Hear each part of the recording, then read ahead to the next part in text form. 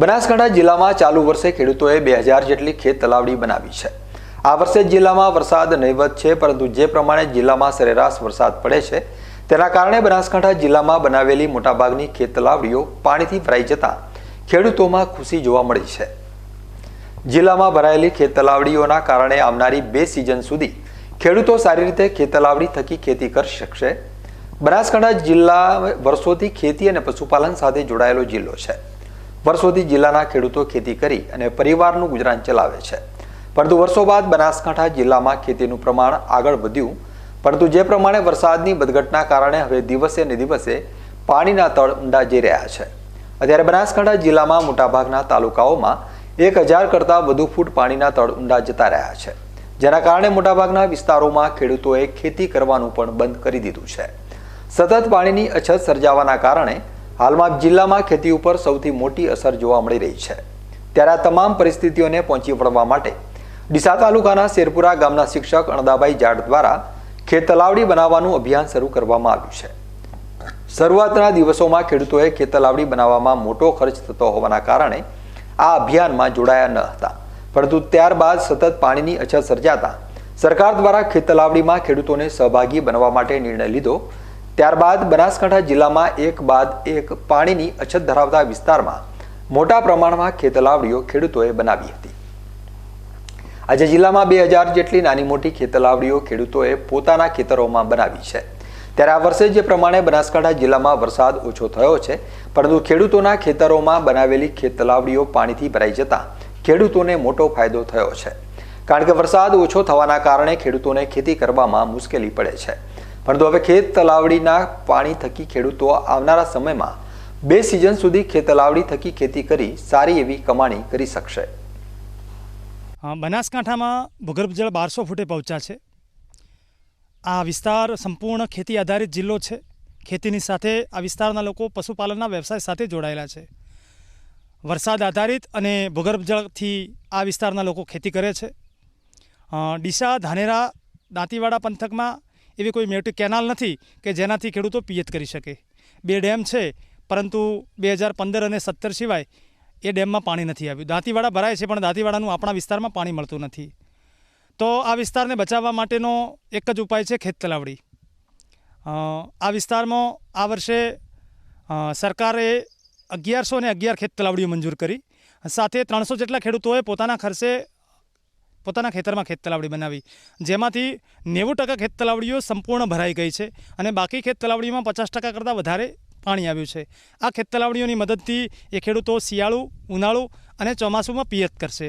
સાથે સાથે પોતાની જે જમીન બંજર થતી જતી હતી એને અટકાવી એ જગ્યામાં તેઓ પિયત કરશે અને ખેડૂત આત્મનિર્ભર બનશે। તો આ ખેત તલાવડીઓની મદદથી આ વર્ષે 1400 જેટલા ખેડૂતો આત્મનિર્ભર બનશે।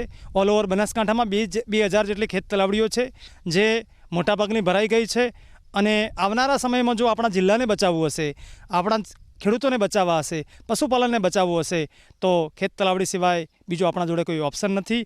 તો આવો સૌ સાથે મળી ખેત તલાવડીઓ બનાવીએ અને પોતાના ખેતરનું પાણી બીજાના ખેતરમાં ન જાય અને ગામનું પાણી બીજા ગામમાં ન જાય, એટલે પોતાના ખેતરમાં શક્ય હોય તો નાની અને જો વધારે જમીન હોય તો મોટી ખેત તલાવડી બનાવી અને વરસાદી ટીપે ટીપાનો આપણે ઉપયોગ ખેત તલાવડી સ્વરૂપે કરી અને એ જ પાણીથી આપણે પિયત કરીએ અને ભૂગર્ભ જળને બચાવીએ। ચાલુ ચોમાસામાં બનાસકાંઠા જિલ્લામાં વરસાદનું પ્રમાણ ઓછું છે, જેના કારણે તેની સીધી અસર ખેડૂતોના ખેતી ઉપર જોવા મળી રહી છે। પરંતુ જે પ્રમાણે આ વર્ષે બનાસકાંઠા જિલ્લામાં ખેડૂતોએ પોતાના ખેતરમાં વેસ્ટ વહી જતું વરસાદી પાણી રોકી અને ખેત તલાવડીમાં ઉતાર્યું છે, જેના કારણે ખેડૂતોને સારો એવો ફાયદો આવનારી 2 સિઝનમાં થશે। પહેલા ખેડૂતોએ ખેત તલાવડી ન બનાવી ત્યારે વરસાદી પાણી ખેડૂતોના ખેતરોમાંથી પસાર થતા ખેડૂતોની ખેતી પણ બગડતી હતી અને શિયાળો અને ઉનાળાના સમયમાં પાણી વગર ખેડૂતો 50% જેટલી ખેતી પણ કરી શકતા ન હતા। પરંતુ આ વર્ષે ખેડૂતોએ પોતાના ખેતરમાં ખેત તલાવડી બનાવી આ તમામ મુશ્કેલીઓમાંથી ખેડૂતો ઉભરી રહ્યા છે। આ વર્ષે થોડા વરસાદમાં પણ ખેડૂતોની ખેત તલાવડીઓ ભરાઈ જતા હાલમાં ખેડૂતોમાં ખુશી જોવા મળી રહી છે।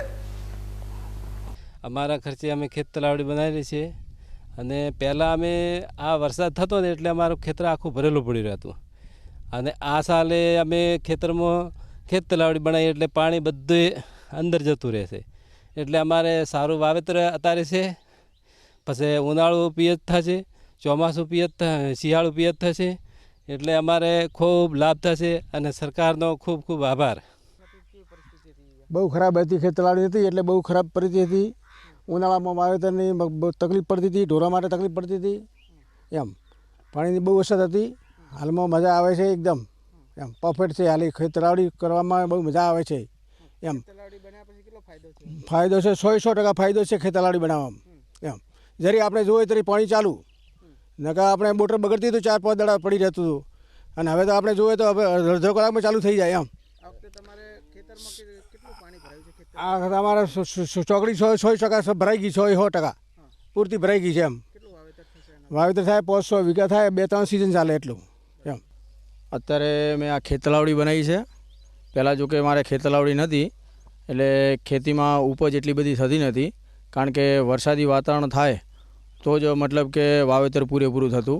બાકી મારે હાલ 6 વીઘા જમીન છે, જે શિયાળામાં તો જો કે થઈ જતી હતી પૂરી, પણ ઉનાળામાં બહુ જ તકલીફ પડતી હતી પાણીના હિસાબે. એટલે હવે આ અમે ખેતલાવડી બનાવી છે, બરાબર. એટલે એના સંદર્ભે હવે અમે ખેતી મતલબ પૂરેપૂરી કરી શકશું અને પાક પણ સારો મેળવી શકશું. એટલે આ જે સરકારે યોજના બનાવી છે એ ખૂબ લાભદાયી છે, અને લગભગ તો મોટા ભાગે દરેક ખેડૂતો હવે બનાવવા જ માંડ્યા છે. પણ હું તો એમ કહું છું કે બનાસકાંઠા જિલ્લો જે છે એ પાણીનો અછતનો પૂરેપૂરો છે. એટલે એ લોકોએ હવે બધાએ જાગૃત થઈ અને આ ખેતલાવડી ખરેખર બનાવવી જોઈએ.